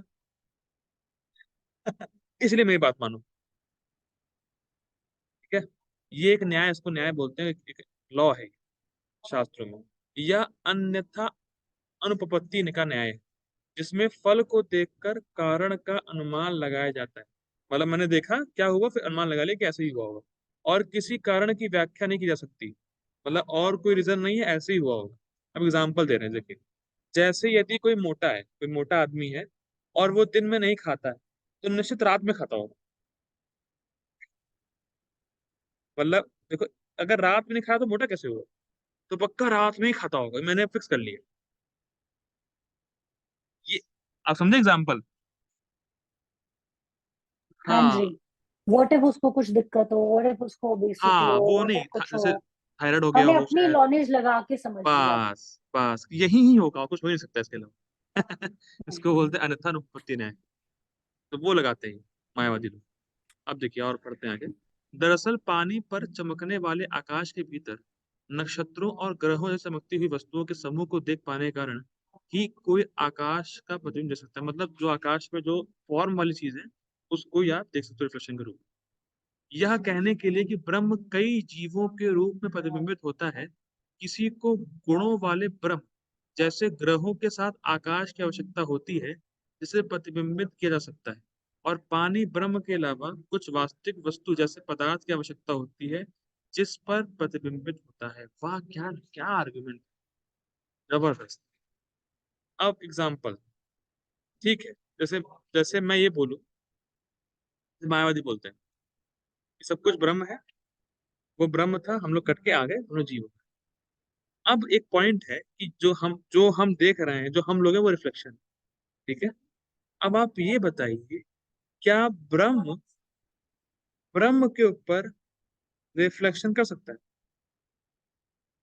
क्या निराकार चीज निराकार के ऊपर रिफ्लेक्ट हो सकती है?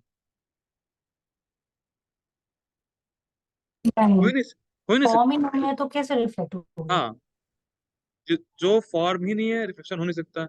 और आप कह रहे हो कि ब्रह्म ब्रह्म में रिफ्लेक्ट हुआ है।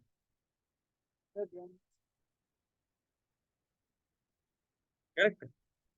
ऐसे तो बहुत कुछ बन सकता है उसको डिफीट करने के लिए। तो वही ये बोल रहे हैं कि अगर आप बोलते हो कि जो ब्रह्म है वही जीवों के रूप में आया है, अरे तो रिफ्लेक्ट किस पे हुआ? अगर आप कह रहे हो जीव रिफ्लेक्शन है और आप कह रहे हो सब कुछ ब्रह्म है, तो ब्रह्म का रिफ्लेक्शन ब्रह्म में हुआ कैसे? सेम चीज पे रिफ्लेक्ट थोड़ा ना हो सकती है, दूसरा सरफेस चाहिए ना। हाँ, तो वही यहाँ पर लिखा है ना, इसलिए लिखा है ब्रह्म के अलावा कुछ वास्तविक वस्तु जैसे पदार्थ की आवश्यकता होती है। जैसे अगर आपको रिफ्लेक्शन देखना भी है आकाश का, स्काई का, तो आपको मिरर चाहिए, उसका भी फॉर्म होता है, तो रिफ्लेक्शन होगा। तो ब्रह्म का ब्रह्म में कैसे हो सकता है?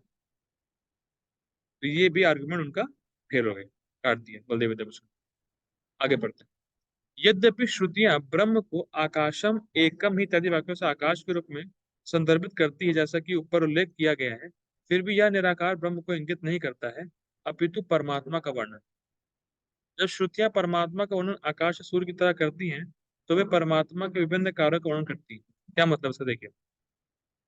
अब क्या है, तो ये आर्गुमेंट है कि सूर्य का रिफ्लेक्शन पानी में होता है, ठीक है, या आकाश का रिफ्लेक्शन से आकाश में कुछ चीजें हैं तो उनका रिफ्लेक्शन होता है। तो ये रिफ्लेक्शन थ्योरी सिर्फ भगवान कृष्ण में आती है। अगर हम ये बोलते हैं कि एक ही आत्मा है और वो रिफ्लेक्ट कर रही है सभी अन्य आत्माओं में, तो ये पॉसिबल नहीं है। पहली बात तो वो हम देख चुके हैं। लेकिन भगवान कृष्ण एक है, भगवान कृष्ण एक ही है, और वही कृष्ण हम सबके हृदय में परमात्मा रूप में है। तो बेसिकली जो रिफ्लेक्शन थ्योरी है वो कृष्ण में काम करेगी। कृष्ण एक है और सभी जीवों के हृदय में वही कृष्ण है।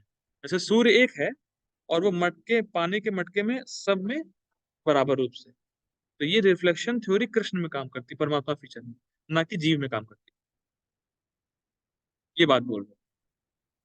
और जैसे जैसे आकाश है ना, जैसे आकाश, जैसे स्पेस, तो अब मुझे ये बताइए कैसे समझाऊं। हाँ, जैसे कहीं पे स्टूल पड़ा हुआ है, ठीक है, स्टूल पड़ा हुआ है, उसकी स्मेल जा रही है, तो क्या उसकी स्मेल ने पूरे स्पेस को कवर कर लिया है? क्या मतलब, क्या स्पेस उस स्मेल में समा गया है?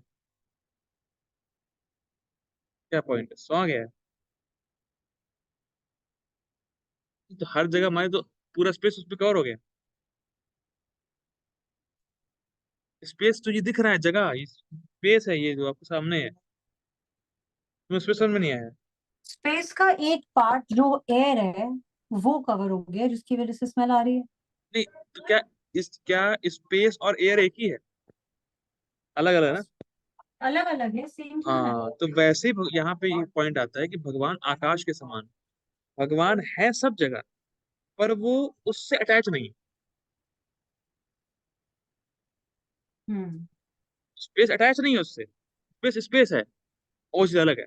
तो भगवान कृष्ण परमात्मा रूप में सबके साथ है और आकाश की तरह है, वो है सबके हृदय में, पर तुम क्या कर रहे हो उससे भगवान अटैच नहीं है।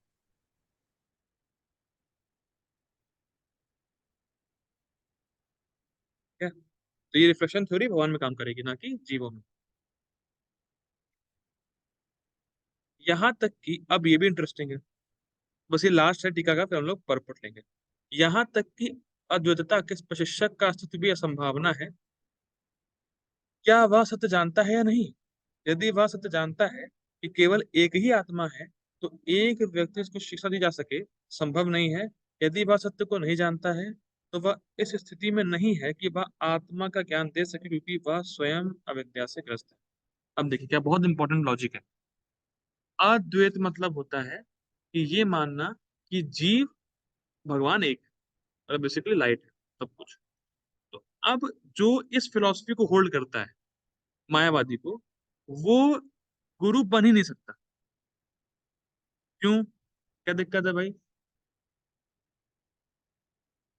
हाँ, ये भी यही पॉइंट आने वाला है। देखो ये मैंने सब बताया भी था 2.12 में, हम बताया था ना, ये भी वही पॉइंट फिर से लिख रहे हैं। देखिए सैंकी माता जी को बताता हूँ। सैंकी माता जी, जी प्रभु बताइए। अगर मैं ही आप हूँ और आप ही मैं हैं, तो मैं कैसे ज्ञान दूंगा आपको? हाँ, सेपरेशन तो होनी पड़ेगी ना कि ट्रांसफर होए नॉलेज। भाई ज्ञान लेना देना दो व्यक्ति होने चाहिए ना, दो व्यक्ति, दो पर्सन। जब हम्म। दोनों एक ही है तो कैसे ज्ञान जाएगा? एग्रीड। पहली पॉइंट। दूसरा, अगर क्योंकि मायावादियों के हिसाब से जब किसी को ज्ञान हो जाता है, तो वो समझ जाता है कि सब एक ही है, मैं आप मैं, वो सब हो जाता है। और जिसको ज्ञान नहीं है, वो देखता है कि सब अलग अलग। अगर आप ज्ञान दे रहे हो, मतलब आपको नॉलेज है, तो आप सबको एक देख रहे हो, और एक देख रहे हो तो ज्ञान दे नहीं पाओगे, इसलिए दो होने हम्म। चाहिए। और अगर आप अलग अलग समझ के ज्ञान दे रहे हो, तो आपको ज्ञान ही नहीं है, तो आप ज्ञान दे क्यों रहे हो? हम्म। तो बेसिकली इसीलिए टीचर बन नहीं सकता मायावादी।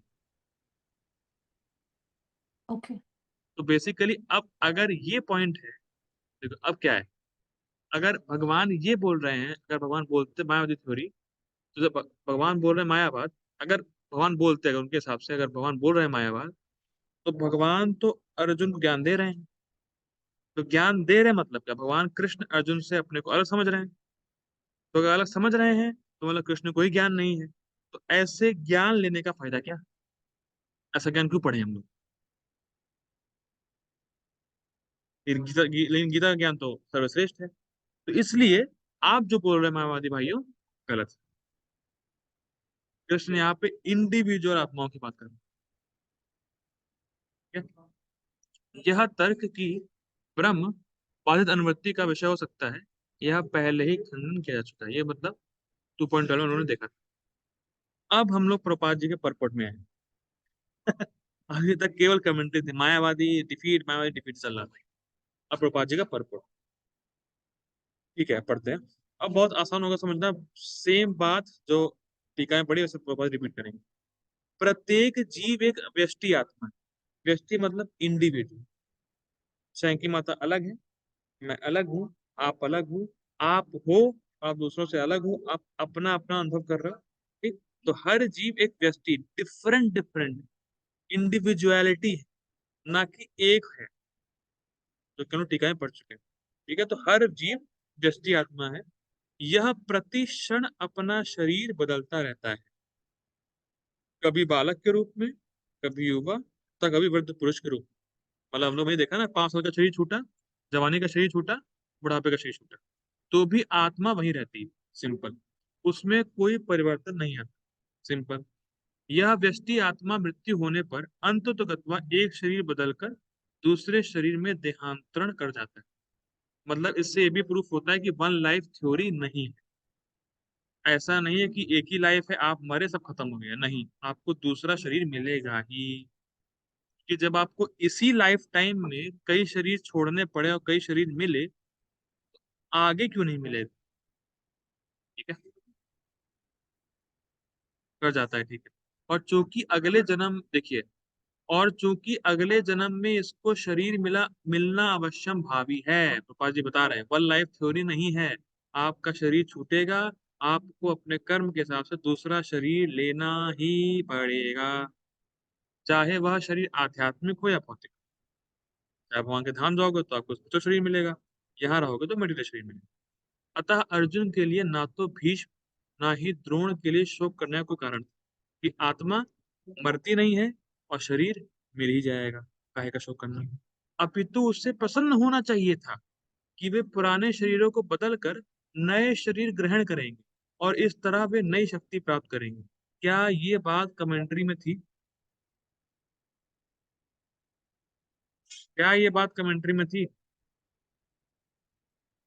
अर्जुन तुम्हें तो प्रसन्न होना चाहिए। हाँ जी थी, कि उनको पुराना शरीर छोड़ के नया शरीर मिलेगा भीष्म देव को, सो यू हाँ शुड बी हैप्पी। देखिए अब क्या है, अब समझ में आ रहा है कमेंट्री पढ़ना कितना इंपॉर्टेंट है। जब कमेंट्री पढ़ लेंगे तो प्रभुपाद जी की बात को और अच्छे से समझ में आएगा। प्रभुपाद जी वही बात लिखते हैं सेम। ऐसे शरीर परिवर्तन से जीवन में किए गए कर्म के अनुसार नाना प्रकार के सुख उपभोग या कष्टों का लेखा हो जाता है। पक्व कर्म डेफिनेशन टीका में वही पापा जी लिखते हैं। चूंकि भीष्म व द्रोण साधु पुरुष थे, इसीलिए अगले जन्म में उन्हें आध्यात्मिक शरीर प्राप्त होंगे, नहीं तो कम से कम उन्हें स्वर्ग के भोग करने के अनुरूप शरीर तो प्राप्त होंगे ही। अतः दोनों ही दिशाओं में शोक का कोई कारण नहीं था। सिंपल। जिस मनुष्य को व्यष्टि आत्मा मतलब जीवात्मा, इंडिविजुअल जीवात्मा, परमात्मा तथा भौतिक और आध्यात्मिक प्रकृति का पूर्ण ज्ञान हो, वह धीर कहलाता है। मतलब उसको मालूम हो कि आत्मा क्या है, भगवान क्या है और मटेरियल नेचर क्या है, वो ही धीर है। और जिसको ये ज्ञान होगा तो वो अपने स्वभाव के हिसाब से काम ना करके शास्त्र के अनुसार कार्य करे, जो कमेंट्री में हम लोगों ने पढ़ा था। ठीक है? ऐसा मनुष्य कभी भी शरीर परिवर्तन द्वारा ठगा नहीं जाता। उसको मालूम है आत्मा को तो कुछ होगा ही नहीं, और मैं तो इसी लाइफ टाइम में कितने शरीर छोड़ दिया, तो जब आगे छोड़ूंगा तो क्या दिक्कत है। अब देखिए, जो मैं इतने ऐसे समझा रहा था, आत्मा के एकात्मवाद का मायावादी सिद्धांत मान्य नहीं हो सकता। ठीक है, बाजी लिख रहे हैं, ऐसा नहीं कि आउट ऑफ सिलेबस था। क्योंकि आत्मा के इस प्रकार विखंडन से परमेश्वर परमेश्वर विखंडनीय परिवर्तनशील हो जाएगा, जो परमात्मा के अपरिवर्तनीय होने के सिद्धांत के विरुद्ध होगा। वही पॉइंट, पत्थर और हथौड़ी। अगर अगर आप हथौड़ी से पत्थर को मारोगे, पत्थर में चेंज आएगा, पर आत्मा चेंज होता नहीं है, आत्मा को आप काट सकते नहीं है। तो इसीलिए आपका सिद्धांत गलत है। गीता में पुष्टि हुई है कि परमात्मा के खंडों का शाश्वत सनातन अस्तित्व है, जिन्हें क्षर कहा जाता है, अर्थात उनमें भौतिक प्रकृति में गिरने की प्रवृत्ति होती है। मतलब मार्जिनल पोटेंसी है जीवात्मा कृष्ण। यह भिन्न अंश नित्य भिन्न रहते हैं। मतलब ऐसा कोई समय नहीं आएगा कि हम कहीं जाके मिल जाएंगे, हम हमेशा ही अलग रहेंगे। देखिए, नित्य भिन्न, भिन्न मतलब अलग, नित्य मतलब हमेशा। तो हम लोग जितने भी जीवात्मा है वो सब हमेशा अलग ही रहने वाले हैं। हम सब कहीं जाके मिलते नहीं हैं, ना भगवान में ना कोई लाइट में। और इंडिया में बहुत लोग जो ऐसा बोलते हैं कि बस जीव मुक्ति होने के बाद परमात्मा में लीन हो जाए, परमात्मा में मिल जाएगा जाके। ऐसा नहीं होता। ठीक है, यहाँ तक कि मुक्ति के बाद भी व्यष्टि आत्मा जैसे का तैसा भिन्न अंश बना रहता है, मतलब अलग ही रहता है। किंतु एक बार मुक्त होने पर वह श्री भगवान के साथ चिदानंद रूप में रहता है, भगवान के साथ रहता है, भगवान ही नहीं बन जाता।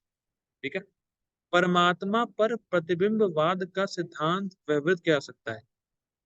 प्रतिबिंब मतलब रिफ्लेक्शन। तो भगवान में आप रिफ्लेक्शन थोड़ी लगा सकते हो, जीव में नहीं। ये भी मैंने बता दिया टीका में। ठीक है, क्या आ सकता है, जो प्रत्येक शरीर में विद्यमान रहता है वह वस्तु जीव से भिन्न होता है। जब आकाश का प्रतिबिंब जल में पड़ता है तो प्रतिबिंब प्रतिबिंब में सूर्य चंद्र तारे सब कुछ रहते हैं। ये भी बता दिया मैंने कि आकाश में जो चीजें हैं उनका रिफ्लेक्शन आएगा, आकाश का रिफ्लेक्शन नहीं आएगा। ठीक है? तारों की तुलना जीवों से तथा सूर्य चंद्र की परमेश्वर से की जा सकती है। मतलब तारे बहुत सारे होते हैं, चांद एक होता है, सूर्य एक होता है, तो वो भगवान हो गए, और तारे जो हो गए वो सब जीवात्मा हो गए। व्यष्टि अंश आत्मा को अर्जुन के रूप में और परमात्मा को श्री भगवान के रूप में प्रदर्शित किया जाता है। जैसे चतुर्थ अध्याय के प्रारंभ में स्पष्ट है कि वह एक ही स्तर पर नहीं होते। मतलब भगवान और अर्जुन एक लेवल पर नहीं है। मतलब ऐसा नहीं कह सकते कि भगवान ही अर्जुन है, अर्जुन ही भगवान है। ज्ञान देने का फायदा क्या? पढ़ चुके हैं इसमें। यदि देखिए अभी पॉइंट प्रभा जी बोलेंगे, यदि अर्जुन कृष्ण के समान स्तर पर हो और कृष्ण अर्जुन से श्रेष्ठतर ना हो, तो उनमें उपदेशक तथा उपदिष्ट का संबंध अर्थहीन हो। टीचर और स्टूडेंट का रोल ही नहीं प्ले होगा। जब मैं ही आप हूं, आप ही मैं है, तो कैसे होगा? यदि ये दोनों माया द्वारा मोहित होते हैं, तो एक को उपदेशक तथा दूसरे को उपदिष्ट होने की कोई आवश्यकता नहीं। मतलब अगर हम ये बोलते हैं कि दोनों एक ही हैं, तो हम सब माया में हैं, तो फिर बेकार ही है। ऐसा उपदेश व्यर्थ होगा, क्योंकि माया के चंगुल में रहकर कोई भी प्रामाणिक उपदेशक नहीं बन सकता। मतलब ये लाइन क्या प्रूफ कर रही लाइन? ये लाइन बता रही है कि कोई भी मायावादी बोनाफाइड गुरु नहीं बन सकता। तो दोनों ठीक है, पढ़ चुके हैं। ऐसी परिस्थितियों में यह मान लिया जाता है कि भगवान कृष्ण परमेश्वर है, और जो पद में माया द्वारा विस्मृत अर्जुन रूपी जीव से श्रेष्ठ है। मतलब भगवान सुपीरियर है, हम इन्फीरियर हैं। हम भगवान नहीं है, भगवान हम नहीं है। मायावादी का सिद्धांत गलत है। ठीक है, हम लोग आज यहीं रुकते हैं। हमारा ये श्लोक कृष्ण कृपा से पूरा हुआ समय बाद, इतनी कठिनाइयों के बाद। ठीक है, मुझे आई होप संख्या को कुछ समझ में आया होगा। हाँ जी प्रभु, it was very nice, lots to process, but चीजें जो थोड़ा माइंड को शेक कर देती हैं, दे आर गुड। हाँ, तो ये मैं पीडीएफ शेयर कर दूंगा ग्रुप पे, आप हाँ जी, दोबारा पढ़ेंगे तो क्लियर हो जाएगा। ठीक है प्रभु। हरे कृष्ण हरे बोल। Thank you so much. Hare Krishna. वांछा कल्पतरुभ्यश्च कृपा सिंधुभ्यैव च पतितानां पावनेभ्यो वैष्णवेभ्यो नमो नमः। हरे कृष्णा।